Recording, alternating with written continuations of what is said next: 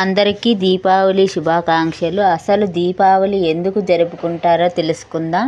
రాముడు రావణాసురుణ్ణి సంహరించి సీతాదేవితో కలిసి అయోధ్యకు తిరిగి వచ్చి సందర్భంగా అక్కడ ప్రజలందరూ మొట్టమొదటిగా దీపాలు వెలిగించుకొని పండుగ చేసుకుంటారు. దీపావళిని నరక చతుర్దశి అంటారు. విష్ణుమూర్తి అవతారమైన వరాహమూర్తికి భూదేవికి జన్మించిన వాడే ఈ నరకాసురుడు. అతడు రాక్షస బాధలు భరించలేక ప్రజలు చీకట్లో బ్రతికేవారు. కృష్ణుడు సత్యభామాదేవితో కలిసి నరకాసురుని వధించి అప్పటి నుంచి ప్రజలు తన జీవితాలలో చీకటి పోగొట్టి దీపాలను వెలిగించి దీపావళి పండుగ చేసుకోవడం మొదలుపెట్టారు. సీతాదేవితో కలిసి అయోధ్యకు తిరిగి వచ్చిన రోజు, సత్యభామాదేవి నరకాసురుని వధించిన రోజు, పాండవుల అజ్ఞాతవాసం నుండి తిరిగి వచ్చిన రోజు, ఈ 3 సంఘటనలు దీపావళి రోజునే జరిగాయి. కాబట్టి చెడుపై మంచి జరిగిన విజయానికి గుర్తుగా దీపావళిని జరుపుకుంటారు.